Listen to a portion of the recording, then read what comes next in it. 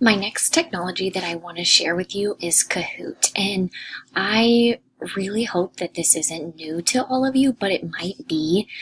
This is one technology that I have loved for several years, and my kids love, love, love it.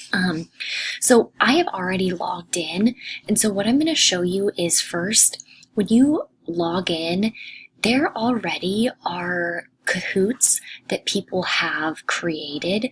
And so you could click on one, water, make a splash.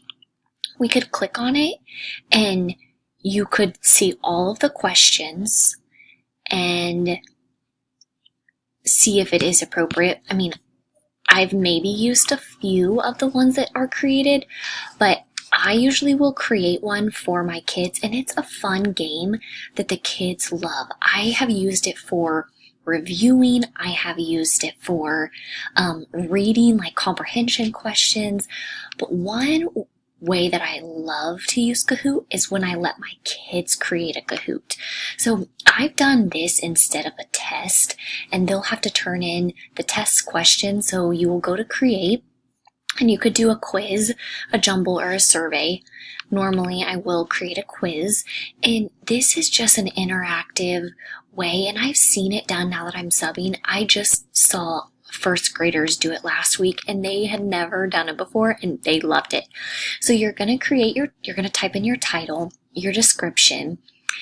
You can have a cover image, and then you will go on. But one thing I wanted to show you.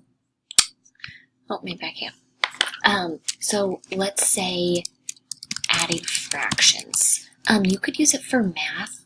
You could use it for reading. I mean, it's just endless. But when I review questions for our adding fraction assessment, when I've had my kids create the Kahoots and then I have them give it to someone else, they have questions that are super challenging.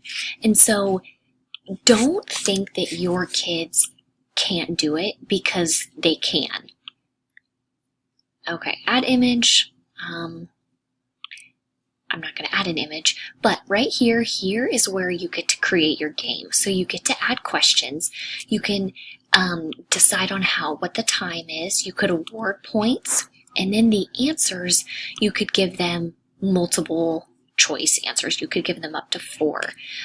So I could type in my question, and then you would play the game with them at the very end. So I'm not going to continue. I just want to go show you one that's already been created really quickly. And so how you would do it is you would project your screen, your login information on your smartboard or whatever you have, and the kids could have iPads. I've done it with Chromebooks, whatever your technology is that you have available.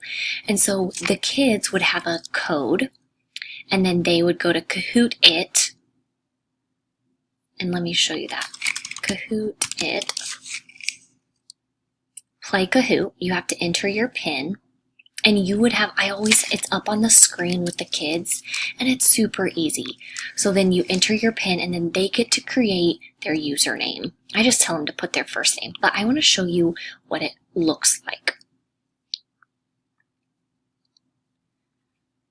So you could do classic. I really have enjoyed it when I've done a science review. I have loved the shared device mode, the team mode, but this is what it looks like. Ready to join, and then they would type in this pin right here, and then all of their names would start to pop up. They're waiting for players, and so you will have all of your kids sign up, and it is competitive.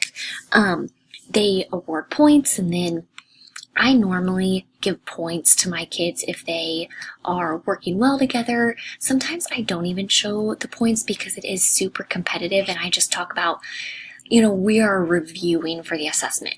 What matters more, this fun game or the assessment? And so that's one thing just to consider when you create your own, prepare your students, but just also prepare yourself.